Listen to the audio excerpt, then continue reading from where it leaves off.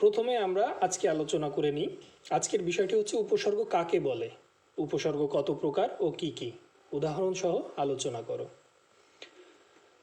সংজ্ঞা হিসেবে বলতে গেলে আমি যদি বলি সেটা দাঁড়াচ্ছে এভাবে: বাংলা ভাষায় এমন কতগুলো শব্দাংশ রয়েছে যা স্বাধীন পদ হিসেবে বাক্যে ব্যবহৃত হতে পারে না, কিন্তু অন্য কোনো শব্দের পূর্বে বসে নতুন অর্থবোধক শব্দ তৈরি করে।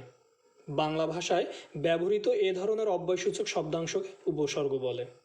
অর্থাৎ যে অব্যয়সূচক শব্দ বা শব্দাংশ ধাতু বা শব্দের পূর্বে বসে নতুন শব্দ গঠন করে সে অব্যয়সূচক শব্দ বা শব্দাংশই হলো উপসর্গ।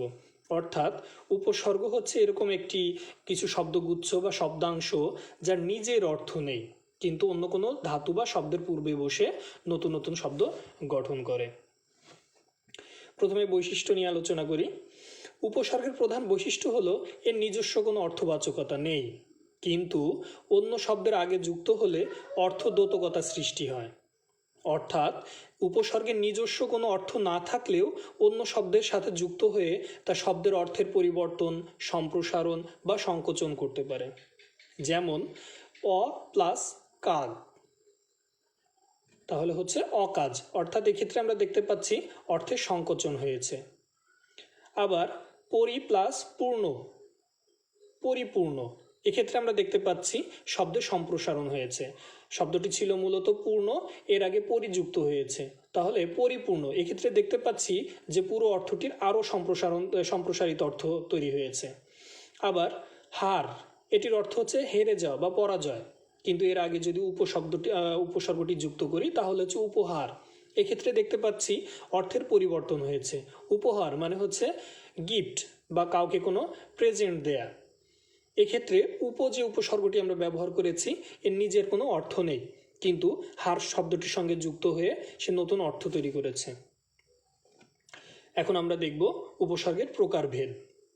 প্রকারভেদ বলতে আমরা উপসর্গকে প্রধানত 3 ভাগে ভাগ করে থাকি। হ্যাঁ, আমি আবার বলছি, উপসর্গ প্রধানত 3 প্রকার। যেমন খাঁটি বাংলা উপসর্গ, তৎসম বা সংস্কৃত উপসর্গ এবং বিদেশি উপসর্গ। আমি আবার বলি, খাঁটি বাংলা উপসর্গ, তৎসম বা সংস্কৃত উপসর্গ এবং বিদেশি উপসর্গ। প্রথমেই আসি আমরা খাঁটি বাংলা উপসর্গ নিয়ে। খাঁটি বাংলা উপসর্গ হচ্ছে মোট 21টি। হ্যাঁ, আমি আবার বলছি, খাঁটি বাংলা উপসর্গ হচ্ছে মোট 21টি। যেমন অ, অঘা, অজ, অনা, আ, আর, আন, আব, ইতি, উন, কদ, কু, পাতি, নি, বি, ভর, রাম, হা, স, সা, সু। এগুলো দিয়ে যদি আমরা শব্দ গঠন করি তাহলে দেখতে পাবো অকাজ বা অজপাড়াগা, অঘারাম, ইতি কথা। শুরুতে দেখি অকাজ শব্দটি ছিল, কাজের আগে উপসর্গটি যুক্ত হয়েছে।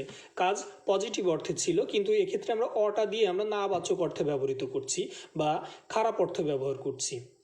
আবার পাড়াগা সাধারণ গ্রাম অর্থে, কিন্তু এর পূর্বে অজ ব্যবহৃত হয়ে একেবারেই খুবই দূরবর্তী কোনো গ্রাম, যেখানে সুযোগ সুবিধা নেই, এরকম একটি গ্রামকে বোঝাচ্ছে, যে একেবারে আধুনিক কোনো সুযোগ সুবিধাই সেখানেই নেই।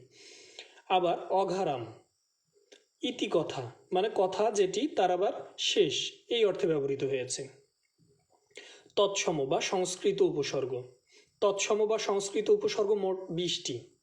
যেমন প্র, পরা, অপ, সম, অনু, অব, নির, দূর, অভি, বি, উত, অতি, নি, প্রতি, অধি, সু, পরি, অপি, উপ এবং আ।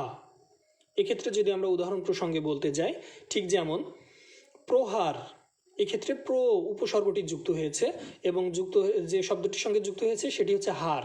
হার মানে হেরে যাওয়া বা পরাজয়, কিন্তু এক্ষেত্রে প্রহার যুক্ত হয়ে এই শব্দটির অর্থ পরিবর্তিত হয়েছে। এক্ষেত্রে প্রহার অর্থ কাউকে মারা বা কাউকে পেটানো, এই অর্থে শাস্তি দেয়া। ঠিক তেমনি পরাজয়, এক্ষেত্রে আমরা দেখতে পাচ্ছি জয় শব্দের সঙ্গে পরা উপসর্গটি যুক্ত হয়েছে। জয় মানে স্বাভাবিকভাবে আমরা জানি যে একটা বিজয়, এর আগে পরা দিয়ে সেটি ঠিক উল্টাটা অর্থ প্রকাশ পাচ্ছে, অর্থাৎ এক্ষেত্রে হেরে যাওয়া। আবার অপবাদ, মান, এর আগে সযুক্ত হয়ে সমান, এক্ষেত্রে মানে সমতা নির্ভর করছে, অবহেলা, অনুমান। এবার আসি আমরা বিদেশি উপসর্গে। বিদেশি উপসর্গকে বেশ কয়েক ভাগে ভাগ করা যায়, যেমন আরবি, ফার্সি, ইংরেজি, হিন্দি।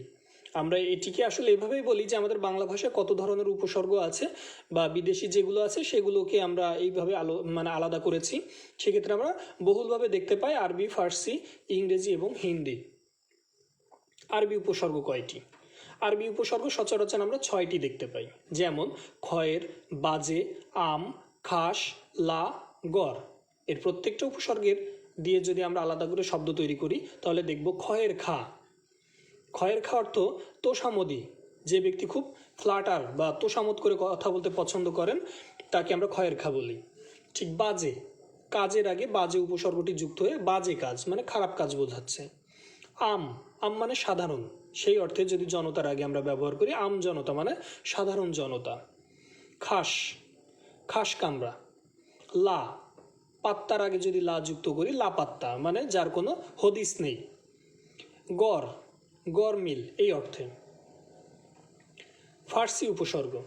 ফার্সি উপসর্গ সাধারণত 10টি আমরা দেখে থাকি, যেমন বর, বদ, কম, না, বে, ব, নিম, ফি, দর এবং কার।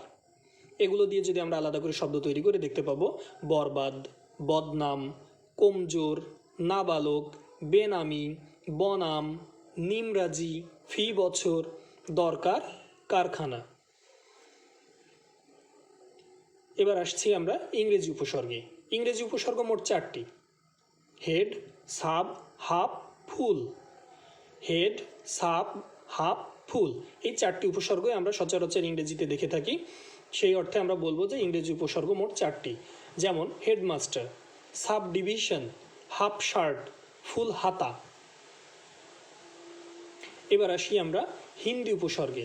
হিন্দি উপসর্গ উল্লেখযোগ্যভাবে আমরা একটি দেখে থাকি, যেমন হর, হর রোজ বা হর মাহিনা বা হর হামেশা, মানে হর শব্দের অর্থে প্রায় বা প্রতি। এই ছিল আজকের উপসর্গের ক্লাসটি।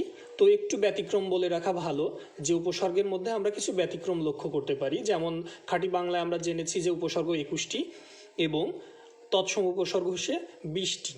তো এর মধ্যে আমরা 4টি উপসর্গ আ, সু, বি এবং নি এই 4টি উপসর্গকে কমনভাবে 2টার মধ্যেই আমরা পেয়ে থাকি, অর্থাৎ তৎসম উপসর্গের মধ্যেও এই 4টি উপসর্গ আছে এবং খাঁটি বাংলার মধ্যেও 4টি আছে। তো আজকে এই পর্যন্ত। আশা করি তোমরা সবাই ভালো আছো। তোমরা এই প্রত্যেকটা ক্লাসগুলোকে অনুশীলন করবে এবং নিজেরা